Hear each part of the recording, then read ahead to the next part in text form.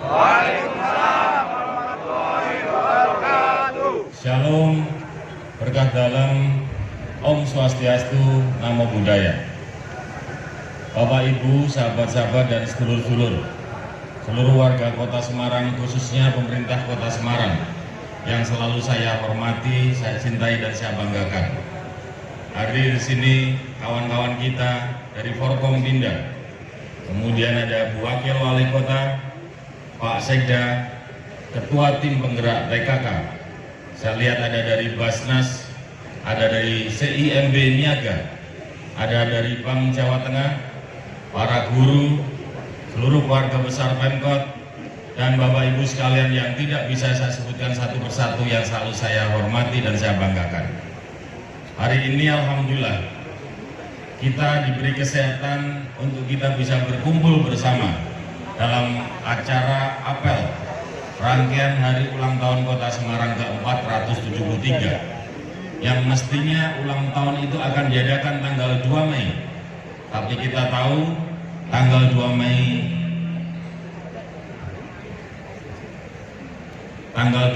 bertepatan dengan bulan Ramadan 1441 Hijriah. Maka pada kesempatan yang baik ini kawan-kawan sekalian, momentum hari ulang tahun ini kami ingin mengajak kepada seluruh warga Kota Semarang untuk bersama-sama merawat dan mengembangkan kota yang semakin hari semakin baik dan hebat ini. Banyak capaian-capaian selama tahun-tahun kemarin yang itu pasti terjadi karena kita semua bisa kompak, kita semua bisa guyup, dan kita semua mempunyai komitmen untuk menjaga kondusivitas Kota Semarang. Perbedaan adalah hal yang biasa, tapi saya yakin sekali penonjolan yang paling utama hari ini adalah kebersamaan, silaturahim, tenggang rasa dan saling menghormati, yang kemudian ini membuahkan prestasi-prestasi yang luar biasa untuk Kota Semarang.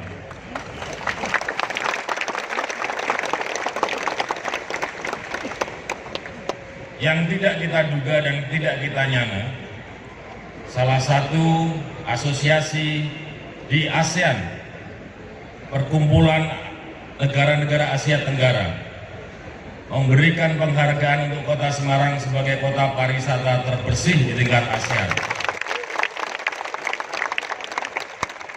Pasti sekali lagi ini bukan karena persoalan wali kota dan wakilnya yang hebat. Saya rasa kami semakin meyakini bahwa kita punya tim yang hebat, kita punya warga yang hebat-hebat, kita punya seluruh sedulur yang ingin memajukan Kota Semarang semakin hebat. Bapak Ibu sekalian, tantangan ke depan saya rasa masih cukup banyak. Di dalam rilis yang dikeluarkan oleh BPS, angka kemiskinan kita sudah tembus di bawah 4%, tepatnya 3,98%. Akan tetapi kawan-kawan sekalian, kalau itu dikalikan 1,7 juta jiwa, jumlah seluruh warga Kota Semarang jumlahnya masih lebih dari 60.000. Maka PR besar yang harus kita lakukan adalah bagaimana kita mengeroyok jumlah 60.000 itu supaya bisa meningkat kesejahteraannya, supaya mereka bisa beraktivitas secara mandiri, mereka punya rumah yang sehat, mereka tidak khawatir dengan kehidupan mereka sehari-hari.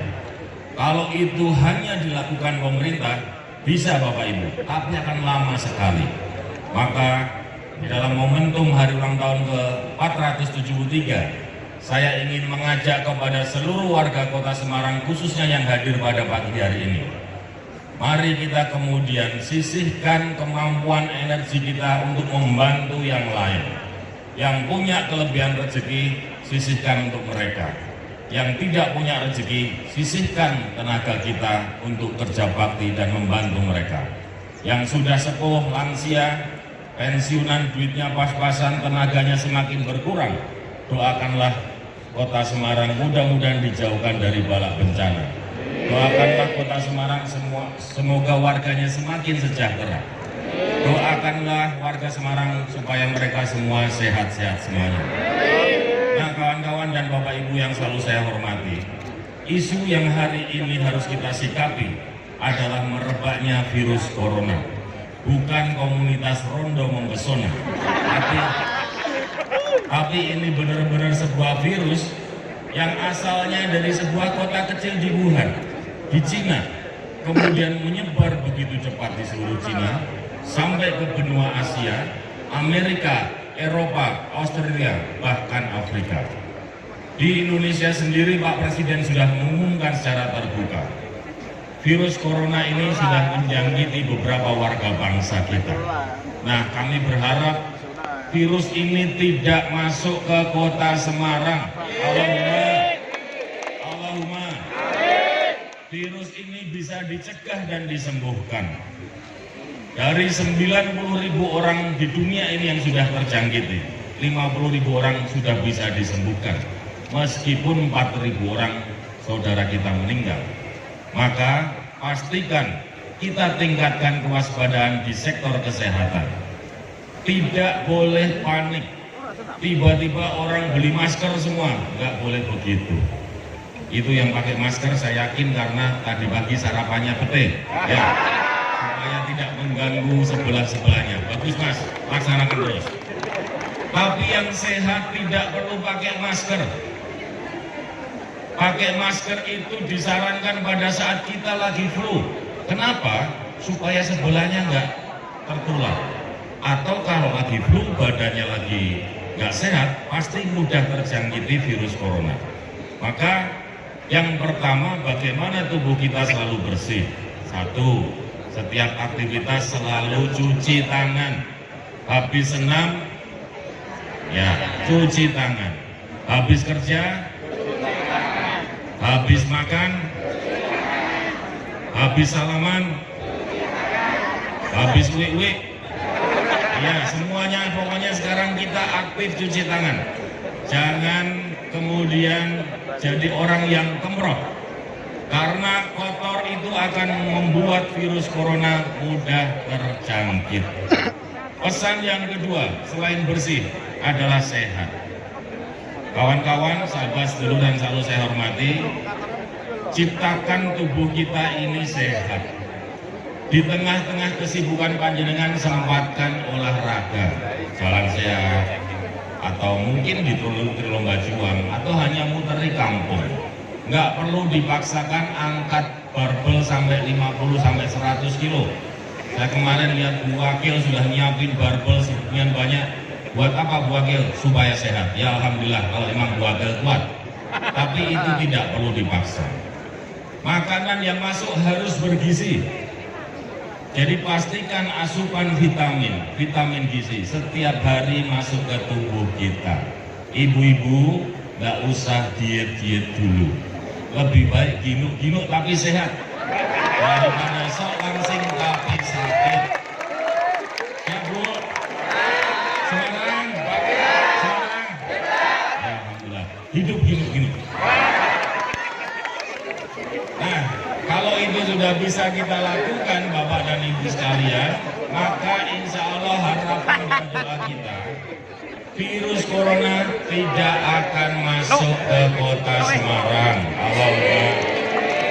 Meskipun kami dengan Pak Gubernur juga sudah mempersiapkan potensi-potensi ini dengan baik. Di Semarang ada 2 rumah sakit yang sudah ditunjuk untuk penyiapan kalau ada pasien yang kena corona. Yang satu di Rumah Sakit Karyadi, yang kedua alhamdulillah di Rumah Sakit Wongsonegoro milik pemerintah Kota Semarang. Pesan dan saran yang ketiga buat kawan-kawan dan sedulur semuanya, terutama kalau kita menyikapi begitu banyak hal-hal yang terjadi di lingkungan kita, terutama pada saat musim hujan ini. Banyak hal yang ada perbaikan, ada hal yang belum bisa diperbaiki. Perbaikan dari tadinya tahun 2011, wilayah Kota Semarang yang banjir mencapai 41%, hampir separuh Kota Semarang, sekarang tinggal 11%. Jalan yang rusak tadinya mencapai 54%, sekarang tinggal 5%. Maka rawatlah ini dengan baik Bapak Ibu. Siap boten? Jagalah kebersihan dengan baik, siap boten? Ini kadang-kadang membuat kami di lapangan ini sok gregetan juga. Pompa sudah disiapkan baru 5, tiba-tiba musim hujan hanya beroperasi 2. Yang 3 kenapa Pak Endi? Macet karena sampah. Saluran yang sudah dibangun dengan gorong-gorong yang besar, yang mestinya bisa menyalurkan air dengan baik, tiba-tiba di wilayah itu banjir. Kenapa Pak Endi? Ada sofa, ada tebok, ada sepeda motor, enggak ya kalau ini palsu. Ada macam-macam kasur juga dibuang ke saluran. Masya Allah, sebaiknya daripada dibuang saluran, dibuang ke ex pasar Barito. Insya Allah malah panjenengan dapat duit. Maka pesan yang terakhir buat panjenengan sekalian, hal yang sudah baik ini mari kita tingkatkan. Hal yang belum baik ini mari kita isi dengan kekuatan sedulur-sedulur kita yang lain. 6 bulan lagi, tepatnya 23 September 2020, Semarang termasuk salah satu daerah yang rawan dengan potensi konflik, yaitu adanya pemilihan wali kota Semarang. Saya cuma berharap pada panjenengan, mari kita datang ke TPS masing-masing untuk memastikan tingkat partisipasi yang tinggi. Sebelah-sebelahnya beda pilihan boleh, tapi kok yang banget nih. Pokoknya perbedaan boleh, yang penting datang ke TPS, coblos yang ada gambarnya. Terima kasih, matur nuwun.